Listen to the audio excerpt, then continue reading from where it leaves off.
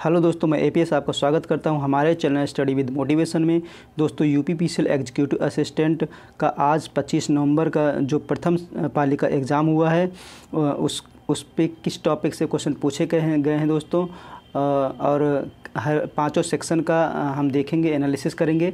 तो दोस्तों इसका एग्ज़ाम मैं खुद दे के आया हूं, तो मैं आज कुछ ज़्यादा ही क्वेश्चन शेयर करूंगा क्योंकि मुझको क्वेश्चन याद है कि कौन कौन से क्वेश्चन आए थे। क्योंकि दोस्तों अभी तक क्या होता था कि मैं किसी दूसरे से पूछ के क्वेश्चन आप लोगों को बताता था, तो मुझे सारे क्वेश्चन सारे क्या बहुत कम ही क्वेश्चन मिल पाते थे। लेकिन मैं आज काफ़ी क्वेश्चन आपके साथ शेयर करूँगा क्योंकि इस पेपर को मैंने दिया है, इसका लेवल देखा है कि कैसा लेवल आ रहा है, आपको क्या करना है, आपको क्या पढ़ना है, क्या छोड़ना है, इन सारे टॉपिक के बारे में भी बात करूँगा सारे दोस्तों सारे सेक्शन से।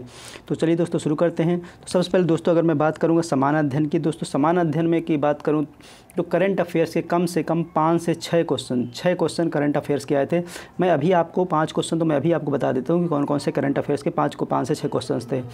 तो एक क्वेश्चन आया था दोस्तों, अनंतताल झील जिसे राष्ट्रीय महत्व का स्मारक घोषित किया गया है, ये कौन से केंद्र शासित प्रदेश में है। दूसरा क्वेश्चन था दोस्तों कि 26वां जो राष्ट्रीय खेल हुआ है उसका शुभंकर कौन है। और तीसरा क्वेश्चन एक आया हुआ था कि पिंगली व कैया योगदान के लिए 2 अगस्त को कौन सा उत्सव मनाया जाता है। और चौथा क्वेश्चन आया था दोस्तों, एक HDFC जो बैंक है उसने अपनी महिला शाखा खोली है, वो किस राज्य में खोली है। और एक दोस्तों क्वेश्चन नंबर 5वां जो था वो था अंडर 6 जो शतरंज प्रतियोगिता एक कोलमपुर में हुई है मलेशिया में, तो उसमें गोल्ड मेडल किसने जीता है। तो दोस्तों ये 5 क्वेश्चन मुझे याद आ रहे हैं, ये 5 क्वेश्चन थे। एक क्वेश्चन और था शायद करंट अफेयर्स का, 5 से 6 क्वेश्चन के आसपास करंट अफेयर्स के थे। तो दोस्तों आप देख सकते हैं सारे जो क्वेश्चन पूछे गए हैं ये आपके अगस्त सितंबर तक के पूछे गए हैं। तो आप अगस्त और सितंबर करंट अफेयर्स थोड़ा बहुत अच्छे से तैयार करके दोस्तों जाइएगा। और दोस्तों और अगर बात करूँ हिस्ट्री में किस टाइप से क्वेश्चन आए, तो दोस्तों हिस्ट्री में औरंगजेब से 2 क्वेश्चन पूछे गए थे। एक पूछा गया था कि औरंगजेब और दारा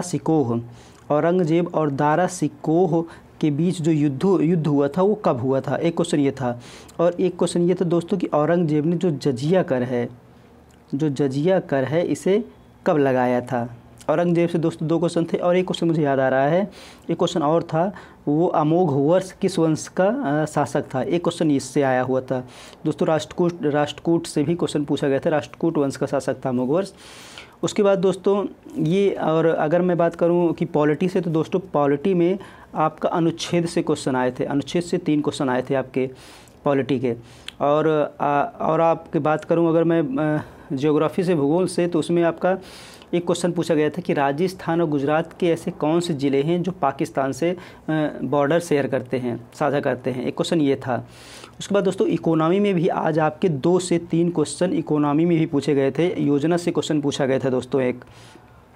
और दोस्तों एक IMF का इसमें फुल फॉर्म भी पूछा गया था। ये GS की कुछ क्वेश्चंस हैं जो मैं आपको बता दे रहा हूँ कि आपको समझ में आया कि किस टाइप से क्वेश्चन पूछ रहा है। तो दोस्तों इसमें सारे सेक्शन कवर किए गए हैं साइंस को छोड़ के। आपका जो है आपकी इकोनॉमी भी आई हुई है, और पॉलिटी के भी क्वेश्चन है, हिस्ट्री के भी है, ज्योग्राफी के भी क्वेश्चन थे दोस्तों। उसके बाद दोस्तों अगर मैं कंप्यूटर की बात करूँगा तो दोस्तों पहले भी वीडियो मैंने आपको बताया था कि कंप्यूटर में सिर्फ MS आपका 365 पूछ रहा है।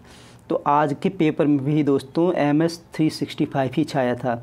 18 से 20 क्वेश्चन आपको MS 365 के थे, साफ लिखा रहता था MS 365 पूरे क्वेश्चंस। और इसमें दोस्तों मैं बता दूं कि जो शॉर्टकट की आ रही हैं वो भी MS 365 से आ रही हैं, और पैटर्न यही चल रहा है दोस्तों, और लास्ट तक पैटर्न यही रहेगा। उसके बाद दोस्तों MS ऑफिस पढ़ लेना है आपको, MS word, excel, power point से भी क्वेश्चन थे, इंटरनेट भी पढ़ लेना है, और कंप्यूटर का थोड़ा सा हिस्ट्री भी देख लेना है क्योंकि एक क्वेश्चन है, और हिस्ट्री के बारे में भी थोड़ा सा जानकारी ले लेनी है।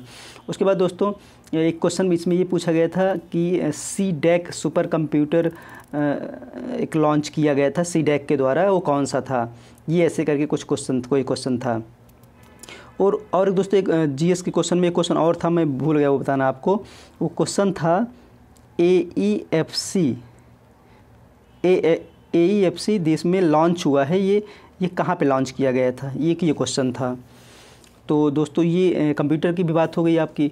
अब दोस्तों अगर मैं बात करूँगा कि हिंदी की, तो दोस्तों अगर मैं हिंदी बताता हूँ आपको, तो हिंदी में आपका फिर वही चीज़, मुहावरे और लोकोक्तियाँ, दोस्तों 18 से 20 क्वेश्चन इसमें मुहावरों लोकोक्तियों से ही थे। तत्सम तद्भव, विलोम शब्द, पर्यायवाची, शुद्ध करने के लिए, व्याकरण के जो शुद्धि वाले होते हैं बस।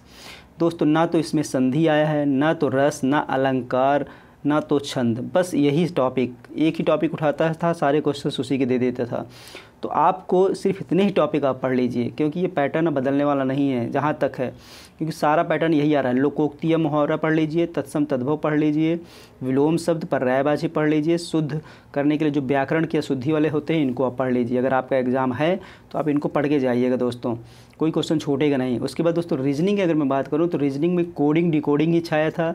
कोडिंग डिकोडिंग से भर भर के क्वेश्चन थे आपके, नंबर सीरीज और लेटर सीरीज से क्वेश्चंस थे, ब्लड रिलेशन के क्वेश्चन थे, थोड़ा सा ब्लड रिलेशन के कुछ के अच्छे खासे क्वेश्चन थे। उसके बाद दोस्तों फिगर वाले भी क्वेश्चन इसमें आए हुए थे।